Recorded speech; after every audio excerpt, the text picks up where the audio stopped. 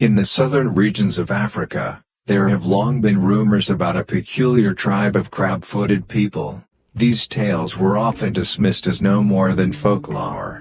However, relatively recently, representatives of this curious tribe were found and even photographed.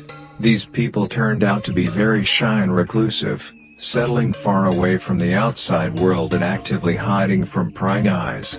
They lead a somewhat primitive way of life, primarily engaged in cattle breeding and providing for themselves. The population of the crab-footed tribe, according to some estimates, may reach several hundred people. Outwardly, they do not differ from other Vodoma tribes. The peculiarity of this tribe is that children are born with either regular five-toed feet or crab-like feet. Within the tribe itself, there is no prejudice against them, as both types of children are born to the same parents. The majority of the Vodoma tribe lives in southern Rhodesia, while others have migrated to Botswana.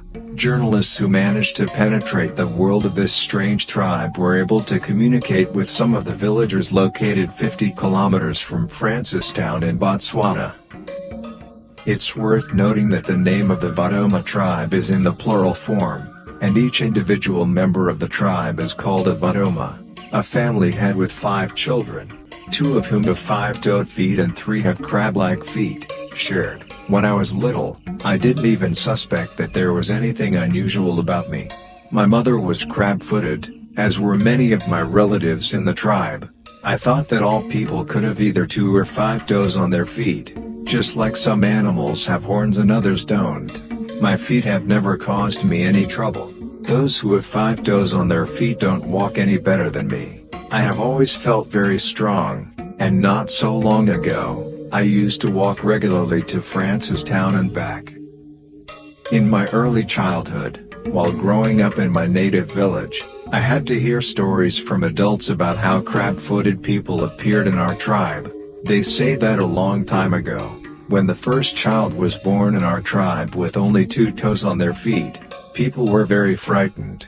They decided that it was some kind of witchcraft and killed the newborn. This was the fate of infants born with any physical abnormalities from birth. Later, the same woman gave birth to another crab-footed child, and although they were treated the same way, people began to think, maybe it was a sign, and it's worth seeing what it means.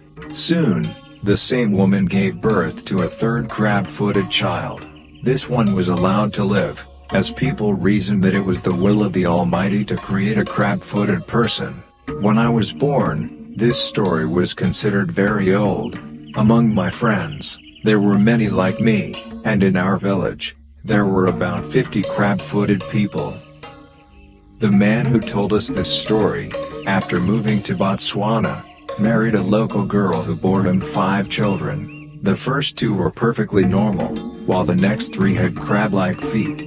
But regardless of the type of their feet, says the father, I'm glad I have 5 children, and how many toes they have on their feet doesn't bother me or anyone else in our village. However, it turned out that the youngest child had crab-like hands as well as feet from birth. On the left hand, there are 2 big fingers, and the index finger is turned to the first phalanx, with an underdeveloped joint between the middle and ring fingers.